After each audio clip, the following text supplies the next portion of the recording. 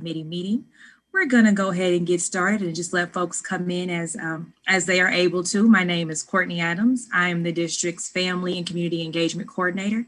I also serve as the DAC liaison. And I'm going to go ahead and turn it over to the DAC Executive Board Chair, Mr. No, I'm not quite yet. I'm first going to turn it over to Ms. Camila Alvarez, who has an announcement for our families that would like to hear this meeting in Spanish.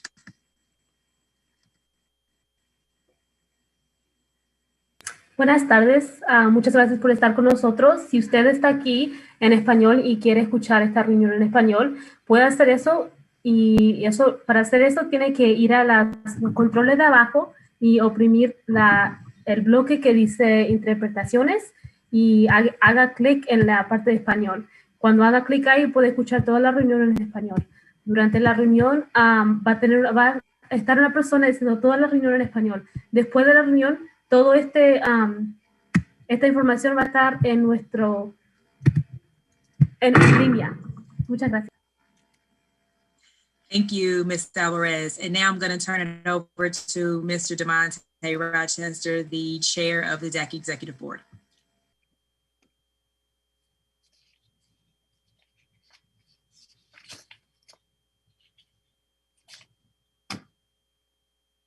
DeMonte, I can't hear you.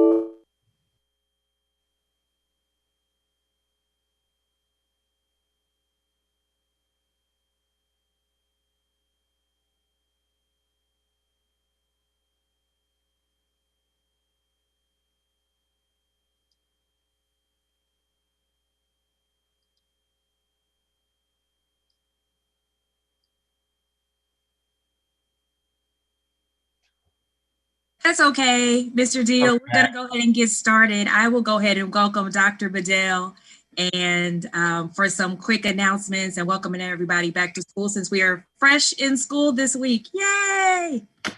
Hey, so hello everybody. We're pretty happy that we have gotten school started back up, and I'll be even happier when we are in a position to move to having these meetings in person. I don't know. I had issues last night on a presentation with the NAACP, and so this stuff tends to happen from time to time with technology, but we think that there's a light at the end of the tunnel. And so these first 2 days, because today was a full-blown virtual day, Monday and Tuesday were absolutely awesome. We were just pleased with the opening and the preparation that was taken into account at each and every single one of our campuses. Our students are ecstatic about being back. They've done wonderful with their mask and working with us around the safety procedures. But it's also critical that everybody know that the relationships built virtually with the teachers also made this a pretty seamless opening of school for us over the first 2 days. Tomorrow, we will start with the second group of students, and I'm a little worried right now about weather. Hopefully, we won't be in a situation where their first day will have to be done virtually, and so hopefully we'll monitor the weather and eventually make a decision on whether or not we're going to be able to put buses out on the streets. It changed on us earlier, and maybe it's shifted since the last meeting that I had around 2 o'clock. So we'll monitor, but we're excited about where we are. Our teachers have started receiving their vaccinations over at Manual Tech. The second date for second shots will be on April 7th. And at this juncture, we want to work hard to just get everybody into a routine of being back. But it is our full intent that we will eventually bring all of our students back on a 5-day schedule. We will continue to work with the health department. We will continue to work with our union. We will continue to work with our faculty and staff members to make sure that we're able to do so safely. As you know, the CDC has already reduced the amount of space needed in terms of distance from 6 feet to 3 feet. That came out earlier this week. And we also believe that as we continue to move forward with the vaccination and seeing the numbers decrease, that there will be more guidance that would help guide our decision. But it's our intention that, as I've shared with many of our building principals and even with the media on Monday, I think we will definitely be taking a look at that May 3rd as a possibility of being able to phase into full in-person instruction. But like I said, there's a lot of planning that needs to happen between now and then. There's a lot of conversations that we need to have with our union and with the community at large as a whole as we update our board. But we believe that we will be able to come back full in person before this year is out, and then to get us into a routine as we get ready to go into our summer learning program. We already know that we're going to add an additional week to summer learning. And we want to have a very robust program that we believe hopefully 8,000 or so of our students will take advantage of it, not just focusing on the 4 cores in math, science, social studies, and English. We want these kids to have a robust summer program where they're solving community problems, where they're doing interdisciplinary lessons, where they are highly engaged in the social and emotional development, also on top of the academic work that we want to do, excuse me, to help accelerate learning. And then I think you all heard that the board at the last board meeting approved our calendar for next year, which includes additional instructional days along with additional professional development days, so that we can be very intentional in response to the data in ensuring that we are doing everything that we can to accelerate learning. And so as we get ready to get into the fall semester, you're going to hear a lot more today about Blueprint 2030, the work that we need to do in that area to ensure that we are a viable school system option, and the decisions that we're going to have to engage this community in order for us to be able to do so. We also want to engage this community in looking at a calendar option that we would make available for the 2022-2023 year that we think would probably better serve this community. So be on the lookout for those things. We are going to explore evening school options. We realize that there are some kids that are working, and I just read an article in the Huffington Post that just talked about school districts working to be responsive to meeting the needs of our families better. Some of our kids are able to do virtual learning anytime, anywhere at a high level, and they're also able to work and help make ends meet for their family. And I think as a school district, we have to be responsive to trying to meet those needs student by student. And so we think evening school options are something that we'll look at. We will continue to have the virtual school option for families that feel that that model is a much more successful model for them. But we want to make sure that we're doing everything we can to respond to the community and to meet the needs of our community at the highest level. And we feel like this pandemic has given us an opportunity to have a different level of comfort, that it just does not only have to be brick and mortar. There are many other ways that we can go about doing this work within the community. So that's about the 5-minute update. I know I only have 5 minutes. I wanted to update you all on that. And I know you will hear a lot more about the work that we're doing with Blueprint 2030, which includes the next 5 years of our strategic planning process, in addition to us looking at our 10-year facilities plan. So I will pass it back. And I think at this time, maybe our president, Mr. Rochester, if you want me to pass it back to you, it looks like you're back up and running. I'll give it back to you. Thank you, Dr. Bedell, for your presentation and good information. And I hope parents got something from Dr. Bedell in his presentation. So we're going to continue with our agenda. Next, I have real world learning with Crystal Everett. All right, thank you for the opportunity to speak this evening and just kind of give some updates on some things that we're doing with real world learning and some opportunities that we have for students. We are launching, and I guess before I start there, just want to center everyone on our real world learning goals. So our school district is a part of an initiative with the Kaufman Foundation. So in addition to Blueprint 2030, we have a regional goal that all of our students will complete high school, not only with their diploma, but what we call market value assets. So whether that be internship opportunities, whether it be industry recognized credential, college credit opportunities, and we're continuing to build what those experiences look like for our students. So I want to make sure that everyone understood first that I have our manual bullet point second, but that application is available for students. So if you have any students that are your own students or students in your building that are looking to apply to those CTE programs that we have at Manual, that interest form is available on our district website. And so I can make sure that I share the link in the chat as well. And so we're also launching utility line worker program. So last year, after we delivered our real world learning pitch, Everett reached out to us as they want to diversify their talent pipeline and also recognizes that utility workers, there's going to be a shortage here in the next few years. And it's a high risk, but it's also a high wage earning job for students. And so we're launching a program where students can, again, graduate from our system with their diploma, but also be ready to enter into the utility line worker program at MCC. They'll get college credit. They'll also get what we call a qualified climbing certification. So they're ready to be at the 75-foot poles and making sure that all of us have power and electricity. This is a great opportunity for them. And so that interest form and application is available. Another program that I want to really highlight, another opportunity for our students, the T-Mobile Explorer Prep program. So if you have any students who are interested in anything technology related, software development,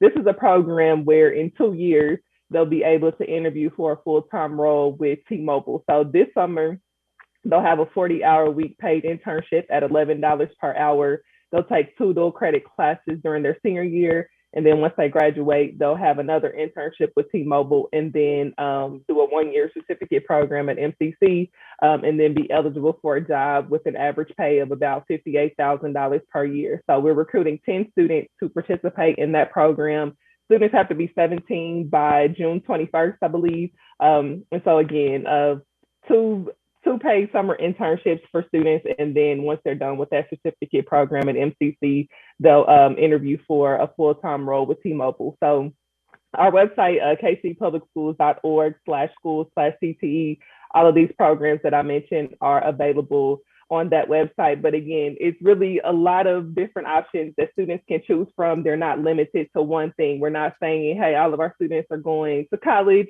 We're not saying all of our students are going to the workforce, but students are able to pick and choose kind of based on their interests. So if anybody has any questions, feel free to reach out to me. I'll make sure I leave my contact information. You can reach out to me or our CTE director. But again, really excited about all these different opportunities that we're able to provide in partnership with industry here in Kansas City. So thank you all. Thank you. Thank you, Crystal, for your presentation. I'm excited about these real world opportunities for our students and the things that's going on in the real world department. So thank you for that presentation. Next, we have an announcement from our executive DAC board member, Jensen Adams.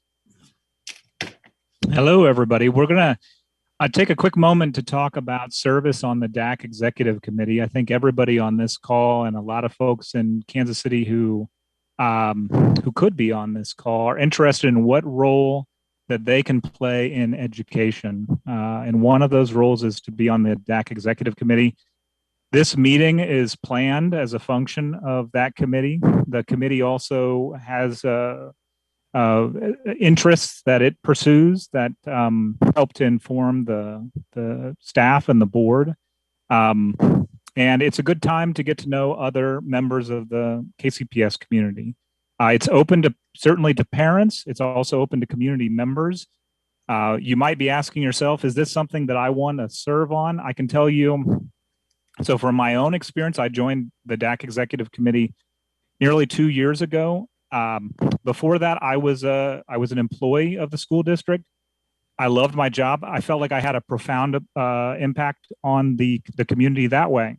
And then I ran for school board.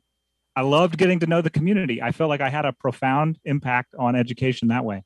And then I joined the DAC, and I found that it was an entirely different way to help with education here in Kansas City.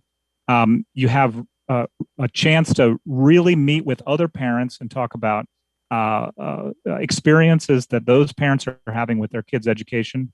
And you get to network with a lot of partners who are interested in helping the district as well. So if you are someone who feels like this might be the way that you can plug in, or I think in looking through the names of the folks that are on this call tonight, realistically, if you are a principal or an administrator or a counselor who knows of parents or people in the community who want to serve education in some way but haven't found their niche, please tell them to contact Courtney Adams at the email that's at the bottom of this slide here, and consider joining the DAC Executive Committee. We'd love to talk with people who would love to be a part of this. Thank you. Thank you, Jensen, for your brilliant announcement. That was great. And we are looking for people to join us. So please consider thinking about that. Next, we have an announcement by our DAC Vice Chair, Susan Stocking. Hi, good evening. I just wanted to let everyone know that our next school board election is coming up on Tuesday, April 6th. And to help prepare, the District Advisory Committee, More Squared, and the League of Women Voters are going to be hosting a candidate forum tomorrow from 6:30 to 8 p.m. I've just posted the link to register for that forum in the chat. So all of the school board candidates have been invited to join, and all the questions are going to be coming from the audience. We hope that you can join us, and I know that some of the best questions, concerns, and perspectives can come from parents and active community members that we have represented here in DAC. And at this time, in speaking of parent and community perspective, I'd like to welcome board member Rita Cortez this evening to discuss the upcoming KCPS budgeting process and ways for you to provide your input. So I'll hand it over to Ms. Cortez. Thank you. Thank you, Ms. Stocking, and thank you for all you do on behalf of the DAC and the district, and for inviting me to share a little bit about our budget process. My name is Rita Cortez. I was elected to the school board from Subdistrict 1, and I am currently the chair of the Finance Committee, where the budget kind of comes through to the board for review and finalization. The budget process is exactly that. It's a process that really takes place over all 12 months of the school year, but the second half of the year, beginning in January, is really where the focus shifts to our budget for the next school year. And one of our priorities is to seek as much community engagement and input as possible in the process, not only because it informs how we set the budget up for next school year, but it also helps the board and the superintendent, Dr. Bedell and his team, create priorities for future years as well, and to really plan forward for the needs of our families and our students. The process really is internal for the first few months of the year. January and February, we create the budget. I'm not going to read the slides to you, but there's information about how kind of the steps that the superintendent and his team go through in the creation of the budget. The budgets really start at the school level and build up through the central office. It's not top down. It's really to make sure that we're serving all aspects of our school community. In March, we begin the more detailed level of evaluating the requests that come in from each of the schools and prioritizing new initiatives. Ms. Adams, if you wouldn't mind going to the next slide.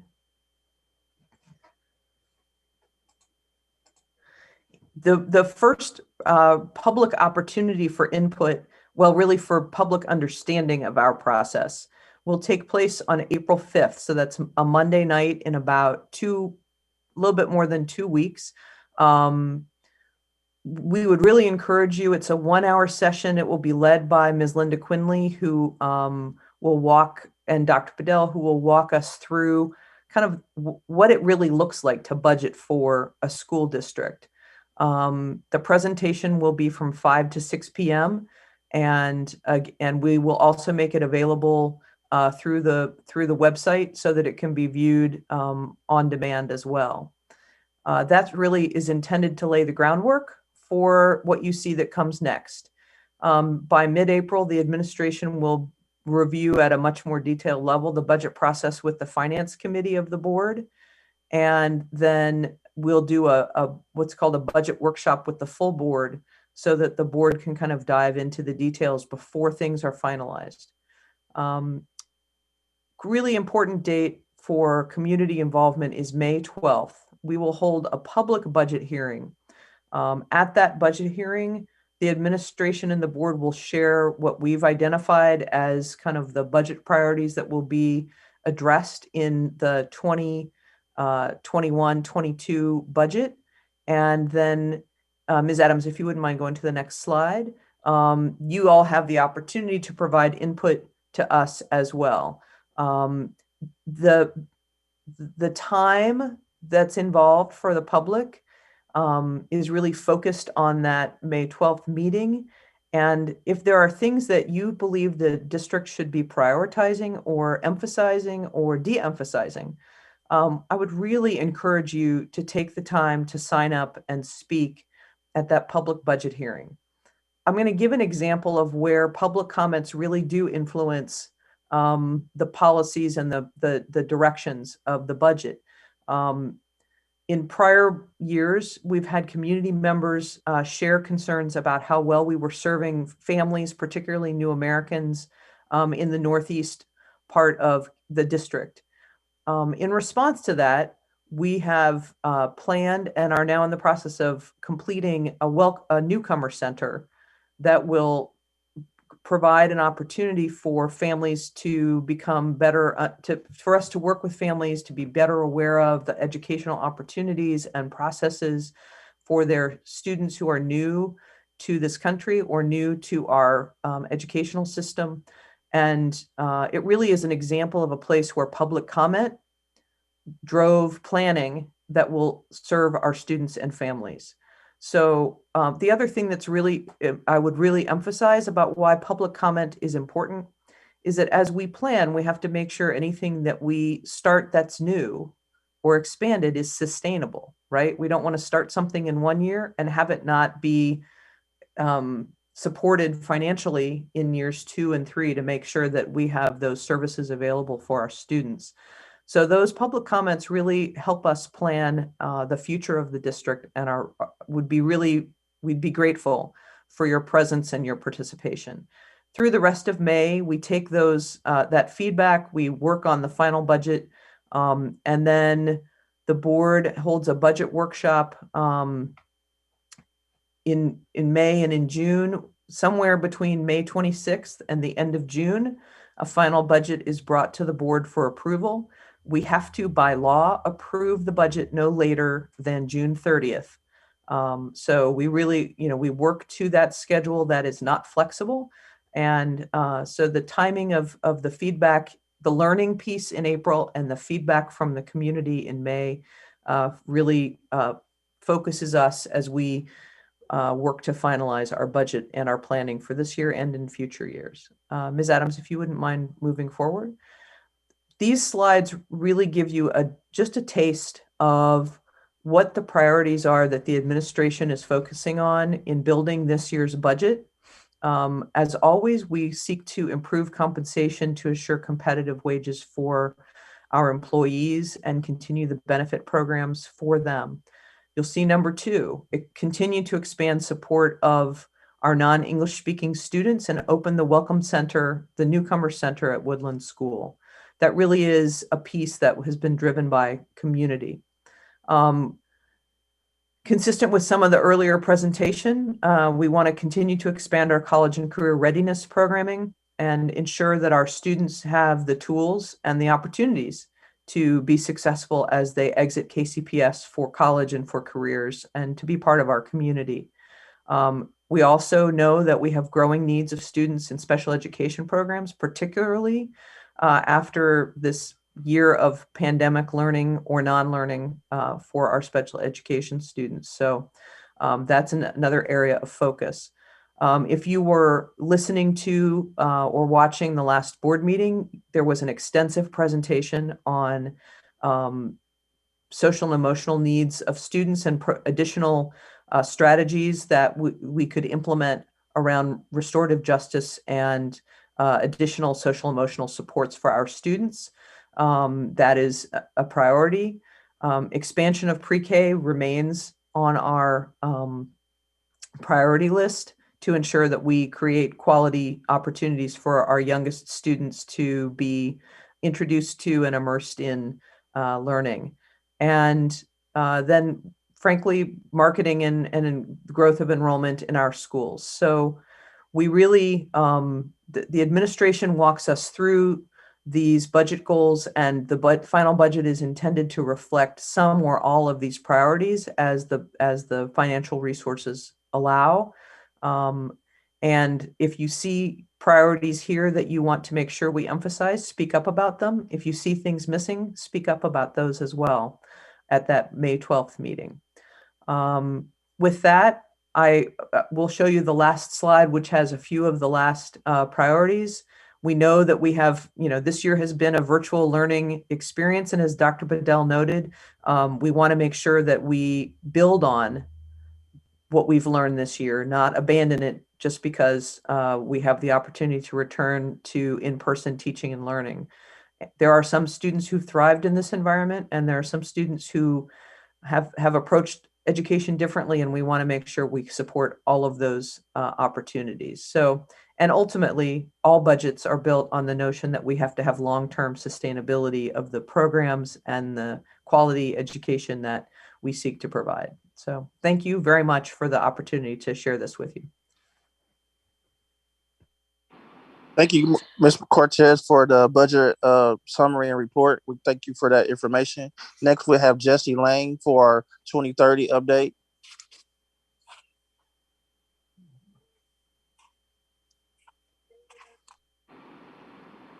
Everybody, thanks for letting me speak with you today. My name is Jesse Lang. I'm a senior planner here in the school district. I've worked with lots of you on past initiatives, and it's nice to see you all again. Kelly, do you want to go over these first two slides as related to things that have been going on recently? Sure. Good evening, team. Kelly Wachel here. I serve as your Chief Marketing and Communications Officer for the school district. I'm happy to have you all here, and Jesse and I will tag team this quick presentation about Blueprint 2030 and how we're planning for the strategic future of KCPS.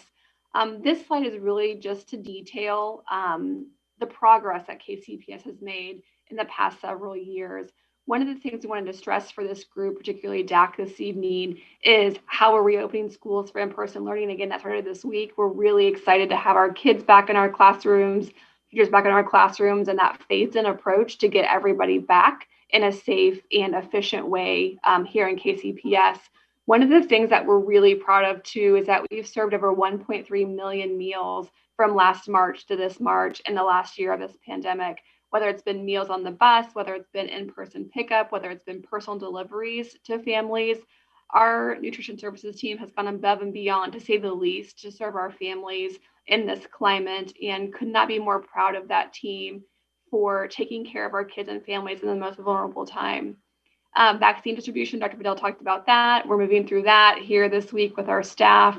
And then programming and technology, how we've done such an amazing job to make sure that our kids and families have access during this time of distance learning, from our computers to our hotspots to our platforms on which our kids have been learning this year. And then one of the things that we've been talking about, we're doing that tour day community. We've been meeting with several groups in the community to go over our progress and performance. And what you see on the right here is a couple snippets of headlines that we've had featured in the past month or so, working to reach that full accreditation status with our partners at the Council of the Great City Schools, as well as DESE.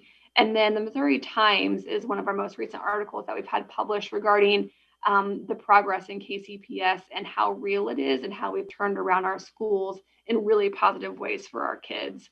And then this piece will be about Blueprint 2030 as we go into the next couple slides.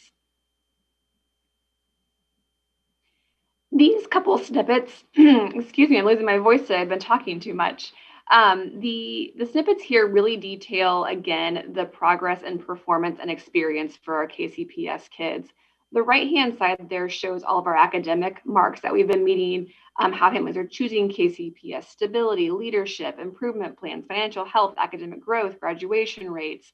These are things that we'll go over in more detail as we get into more presentations in the community. But from Parent University to middle school virtual fairs, to our website winning one of the best websites in 2020 across the nation, to our KCPS homeroom show, in which 8 o'clock on 38th The Spot, we teach kids for an hour across all spectrums of grades and content areas.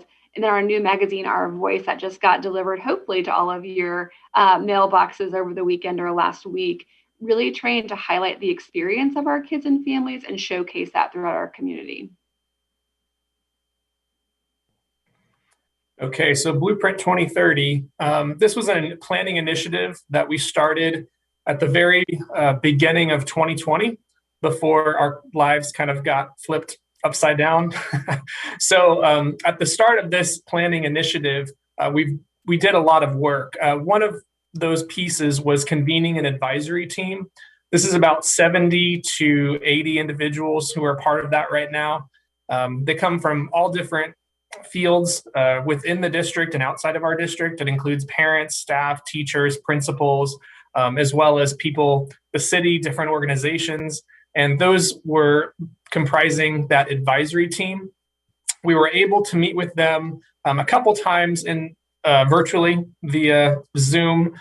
So that was nice to kind of share some of the work that we've been doing. But then because of the realities of educating our students and different things that were very important to figure out how to deliver that in the distance environment, we decided to pause this initiative in the spring. And so we're coming back to that advisory team recently. So just last week, I believe, is when we met with them, and we wanted to share the same information with you that we shared with that advisory team. And several individuals on this call are a part of that advisory team. So you've all heard this information, but we definitely want to get the word out as far as what's been going on with Blueprint 2030. Just to let you know, there's been a lot of internal assessment work that we've completed, reports regarding the current state of education within KCPS, as well as some external reports. So we had a secondary school and signature school report done by Mass Insight. We also had an enrollment and perception study done by Hanover Research. So these are some of those external pieces, as well as some of the internal things we put together. All of those artifacts are compiled on our website, which you'll see the webpage at the bottom of the screen there. So I please invite you to check that webpage out.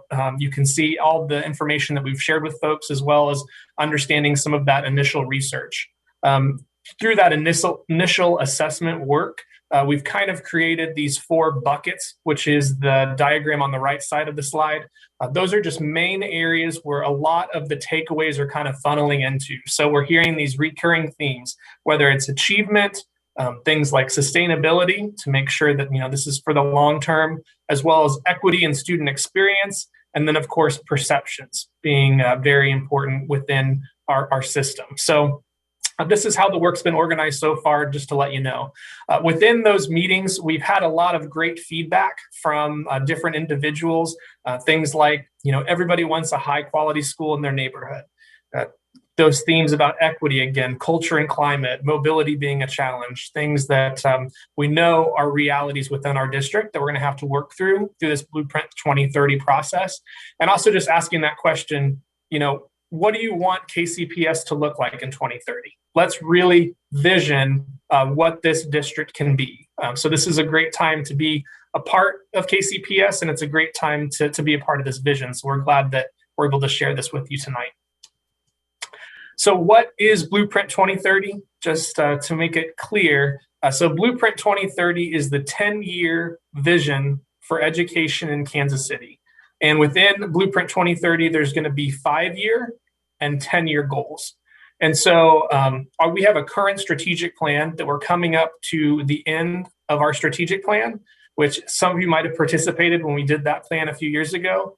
It's kind of crazy to think that we're already at the end of a 5-year plan, but it's happened already. So Blueprint 2030 is also the update to the strategic plan. So we want to take what we have and update it and incorporate it into this Blueprint 2030 work. And then on the slide there, it also shows some of the components to things that will be included within Blueprint 2030. So we're talking about goals that we want to set for students, for staff, for our system, as well as and maybe any changes that we would be making, recommending for the district, facility improvements, timeline for when we think things should happen, and even a strategy for going for a future bond levy, which we know is something that is needed for our district. Here is our timeline for Blueprint 2030. So this has been revised a couple times because of our current environment, but this is where we're at right now. The first phase was that assessment phase, and really that took place over this past winter.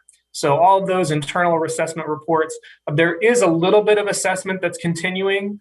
Mainly that's related to our facilities. So there's going to be a very in-depth facilities assessment right now. As well as some additional efficiency work. So that's going to continue. But primarily we are in phase 2 of the process right now, which is our goal setting phase. So this is the opportunity where we really want to think about where do we want to go next? The first part is where we are. The second part is where we want to go. So that's where we're at in our process. We hope to have scenarios done as we move toward the end of the spring and the summer. And of course, as we go through that work, we'll be back to share all that information with all of you, as well as our advisory team and other stakeholders throughout the district, and hoping to have recommendations completed by the fall of this year. So the fall of 21. And now I think Kelly will let you know our next steps for engagement. So as we engage our community through several phases of the process that Jesse just talked about, we wanted you as a DAC team to really see the steps that we're taking to hit all those milestones within the process. So first of all, as he talked about mission, vision, and goals, that's our first engagement series that we're embarking upon. And you can see here some significant dates and some significant people that we've been meeting with to accomplish this first goal, being principals, being this DAC team, our advisory team, our student advisory team. And then as you see a thought exchange from March 22nd to April 9th, and then community meetings from March to April, this is when we'll launch our platforms for our larger community, our larger staff, our larger students, and our larger family environments. On the right here, you see just a very small sampling of folks that we've already met with to go over Blueprint 2030, as well as our academic progress over the last couple of weeks. And again, throughout the rest of the month and through April, we're adding several other organizations to go and visit with throughout this first phase. The second phase that we're going to be talking about is development of plan options and scenarios for KCPS. So as we get into April and May, the end of the school year, we're going to be looking at specific options and scenarios for our Blueprint 2030 plan. And along with this, again, engaging folks through advisory teams, DAC meetings, principals, online surveys, and focus groups. We really hope to be in person with some focus groups as we get through the summer and even into the fall as we get to recommendation portions of Blueprint 2030. We also want to present some revised options after we gather feedback from those focus groups and surveys throughout July and September, again, with maybe in-person gallery walks, if we can do so together in the same room. But again, wanting to make sure that we really vet and get feedback and refine our options as we go through the summer.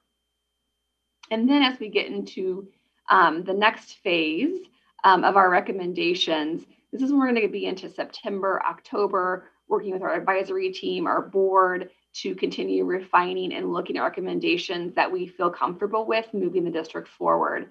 One of the things that Dr. Bedell talked about with our advisory team last week is that notion of being bold and courageous.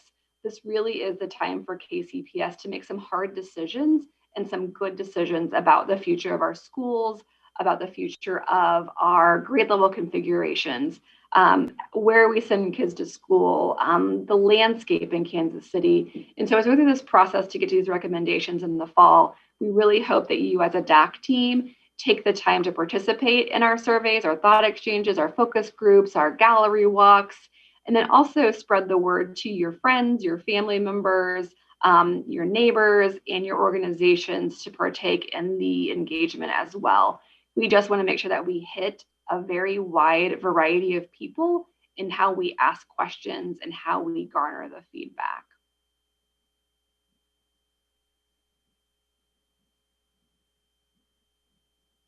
Courtney, we're ready for that. There we go. So as Jesse mentioned in one of the earlier slides, we do have a website dedicated solely to Blueprint 2030. We're looking at this as kind of our repository, our hub for Blueprint 2030, where you can go and find information about the process, background information, phasing, and opportunities for all those surveys and engagement. We want to direct you to this site to learn all of the things that are happening within the process. On this website, you can also find all the resources that Jesse pointed to from our Hanover report, Mass Insight report, perceptions report. All the assessments that we're currently doing will be posted here for the public to very transparently see as we go through the process. And then finally, we've been timing this. We have about 15 minutes left. And one of the things we wanted to engage you as a DAC in is getting your help and your feedback just in a really small snippet this evening. So what you see here, to get the word out about our upcoming engagement opportunities, please share with your friends and family members and your neighbors.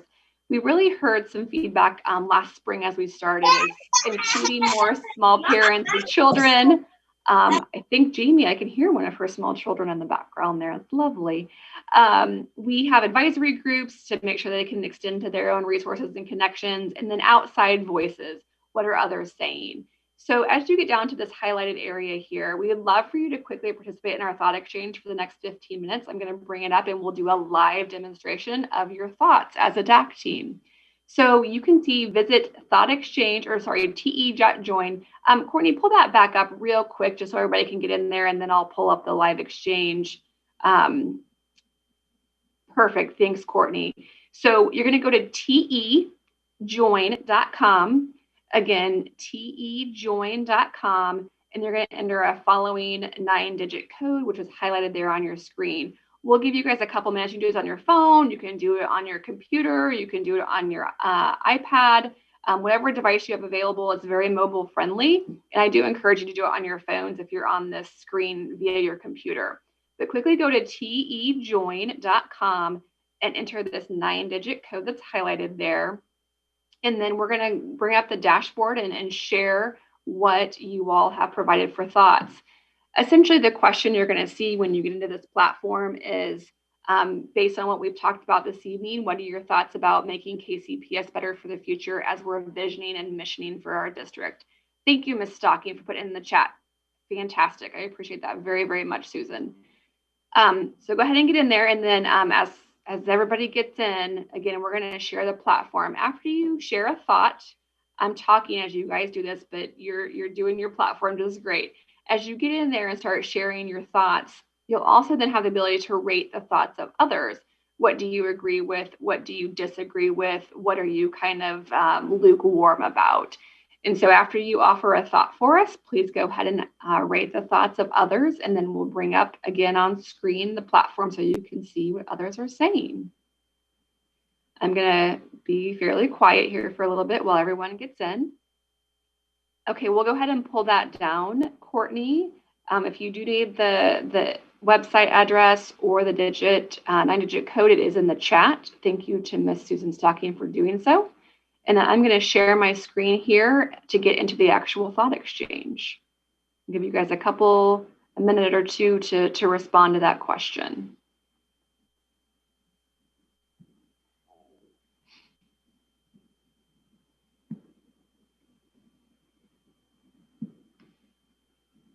Okay. So I'm getting into the thought exchange now. Courtney or Jesse, can you see my screen? Excellent. Yes. Okay, thanks. I'm going to get back in here, and I already see that there are 8 folks who participated. Thank you for doing so. You can see on my dashboard here that there's 8 participants. Looks like everyone is probably still providing their thoughts because I don't have any yet, but once we start logging these thoughts, we'll get into the exchange and start looking at them. And we do have about 15 minutes to go over this, so certainly take a couple minutes and take your time.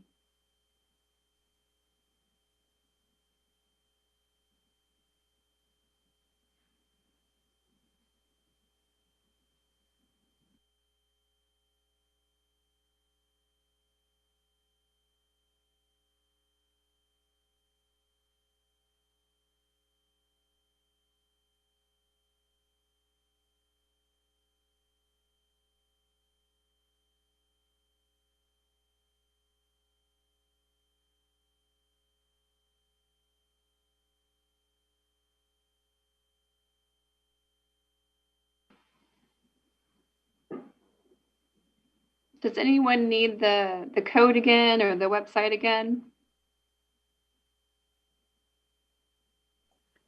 Yes, please. All right, so it's T as in Tom, E as in Eleanor, join.com, tejoin.com. And then Susan, because I'm sharing my screen, can you tell us the code again? Yes, the code is 450-117-497, and that's in the chat. It is in the chat. Thank you, Susan. I'm going to refresh here and see if we have any thoughts that are in here. 11 participants, 2 thoughts, 2 pending.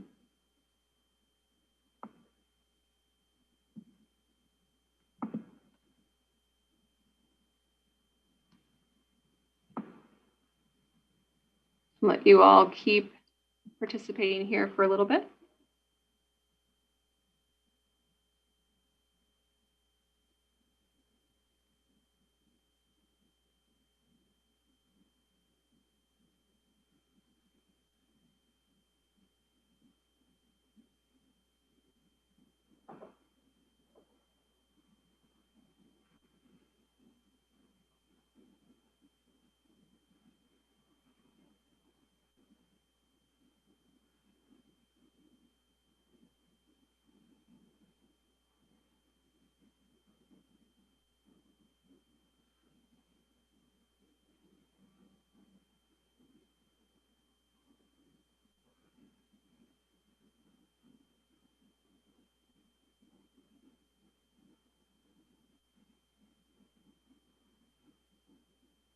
Okay, I'm going to refresh again and then we'll go over some of this dashboard. I'll give you about, let's say till 6:20, so 2 more minutes.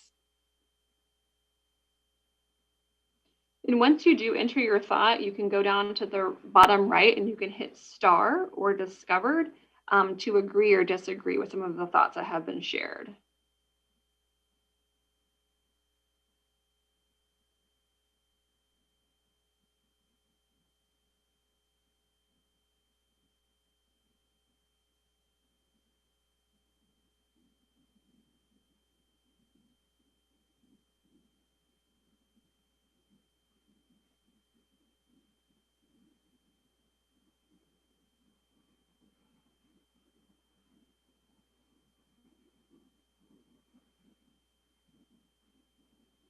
Okay. We'll do about 1 more minute of thoughts and ratings.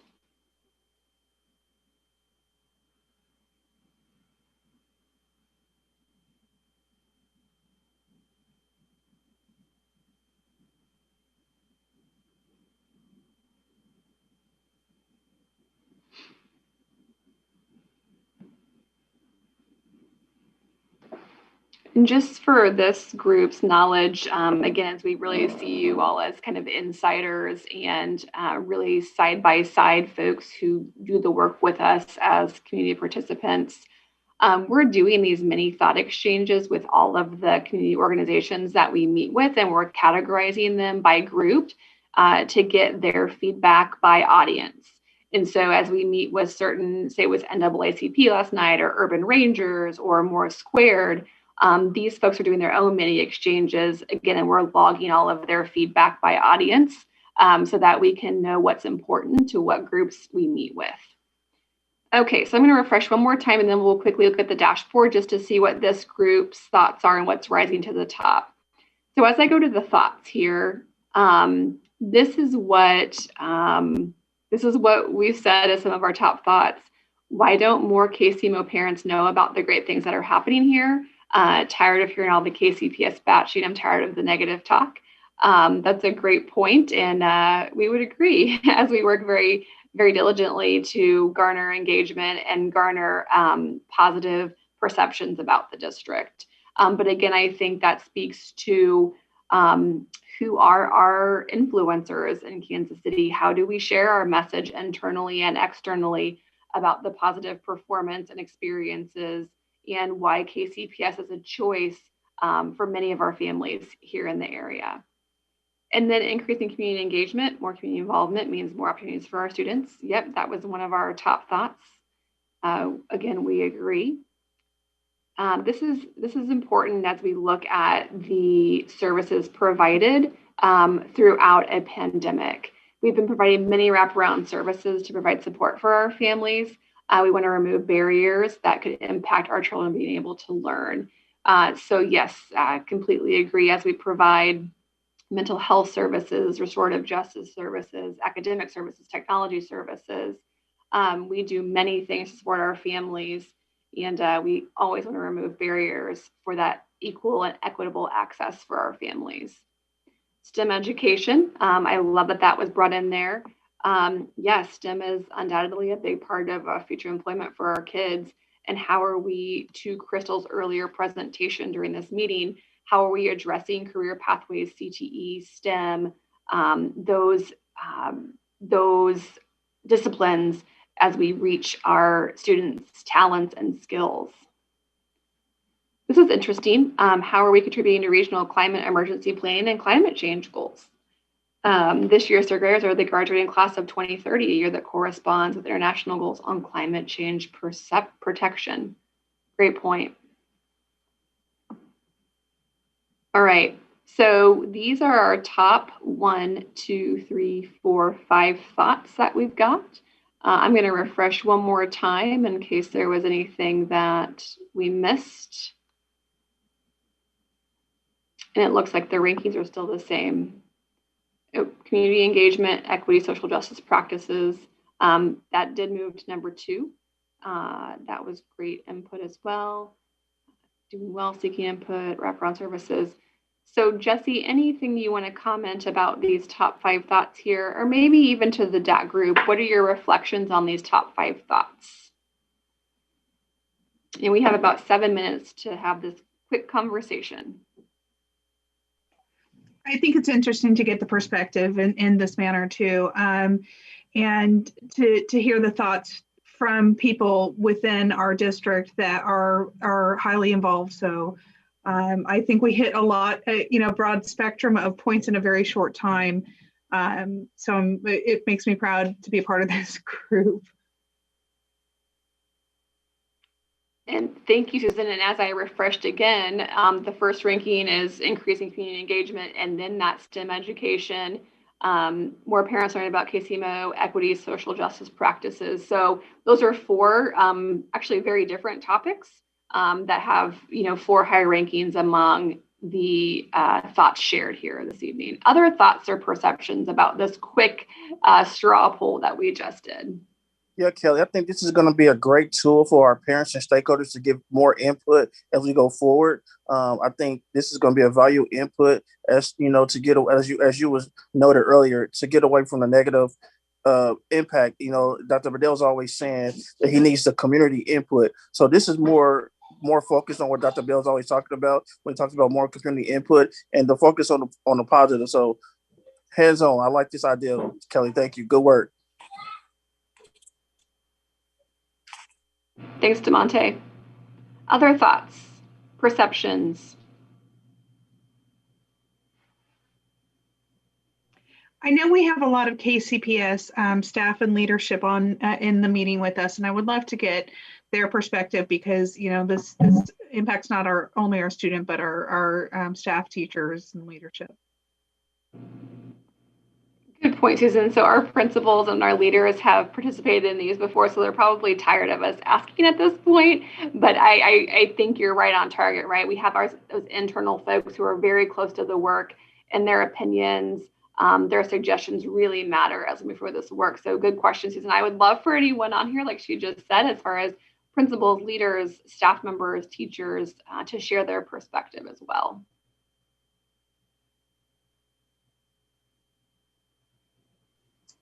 Hello, I'm Jamie. I'm Jamie Thurman. I am a district employee. I'm at Hartman Elementary, as well as I'm the representative for sale with the DAC. I think the most important thing is getting our families, our parents involved in reaching out, because I think there is a breach of communication as far as getting our resources out to the parents and the families. So I think that is like the biggest step, because a lot of the times parents just don't know that some of the services are offered for the district. And I'm speaking as a parent. I have 5 kids enrolled at KC Public Schools, as well as I'm an employee. So, Jamie, thank you for that. One of the things, you're right on target. How do we communicate with our parents? What is the best way for them to hear information? How do they engage with the information and take action on what we provide for them? So we're looking at several platforms, from our Talking Points app, which is our translation tool that sends text messages straight to our families, to whether it's this thought exchange that we're getting ready to roll out next week for all of our families, our staff, and our larger community. Appreciate that point of thought there, Jamie. Thank you very much. Other staff perceptions?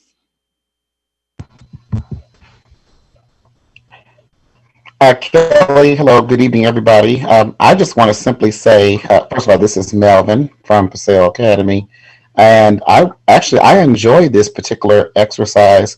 As I said earlier in the chat, I'm very proud of the direction in which KCPS is heading, especially under this current leadership.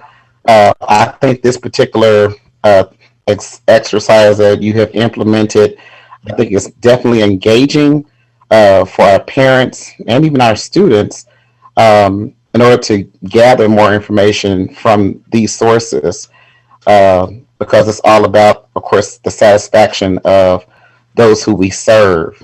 So I would certainly like to see more of this as we go forward. And as to Jamie's point, and I think I may have addressed this probably earlier in the year, as far as in what ways are we able to communicate certain services and to our parents and letting them know that these are the things that we do offer. I do find myself often having to educate our own parent population as to the certain services that come through, whether it's through the Office of Family Engagement, Student Support, or even students in transition, because a lot of them are not aware that these are the things that we do offer. So I guess to your point, Kelly, yes, as far as finding ways to better communicate these things to the parent population so that they are more knowledgeable as to what KCPS has to offer them. Thank you, Melvin, one of our recent terrific teammates here in KCPS. Congratulations again, Melvin. So you mentioned students, Mr. Brown, and we have Camila Alvarez on the call, who you heard from at the very beginning. We have done this exercise with our student advisory committee as well. And we had a couple hundred students participate, a couple thousand ratings, over 2,000 ratings from our students who participated. And one of the things that they were very intent on was the mental health supports, and then also that real world career pathway learning theme. Our kids are these are high school students who participated. They're very in tune to, can you help me plan out for my mortgage, for college loans? Can you help me in a finance course? Can you help me in just preparing for life in general. So it was interesting to see those, and we might share those maybe next time, Courtney and Camila and Susan, the student perspective that we got from these thought exchange polls, just to see what they're thinking about for the future of KCPS, because in some ways it very much aligns with that wraparound services and that kind of that CTE, job training, career pathways portion of what was said in this adult thought exchange. So I'm glad to see something aligning there between our kids and our adults. Any last perceptions, Susan, Courtney? We are at 6:30, but I don't want to take time away from anyone who wants to provide thoughts. No, you just had mentioned the student DAC, and I'm just so proud of, the engagement from our students, and who better to give us feedback than the students that are experiencing the education system. So Camila, I know that you work really hard on that, and congratulations on that. That is huge. Thank you. All right, well, I'm going to stop sharing my screen right now. And then between Courtney and Susan and DeMonte, anything, I'll turn it over to you for your closing thoughts and remarks.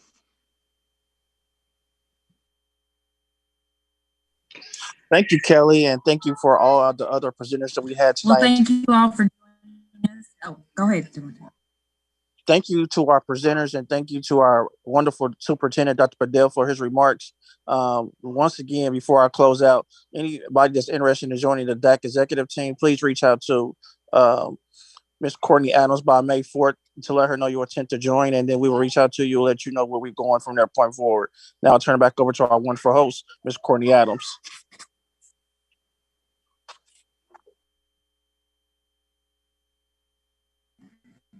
Thank you all for joining. Please enjoy your evenings. Bye-bye. Thanks all. Take good care. Thank you. Bye-bye.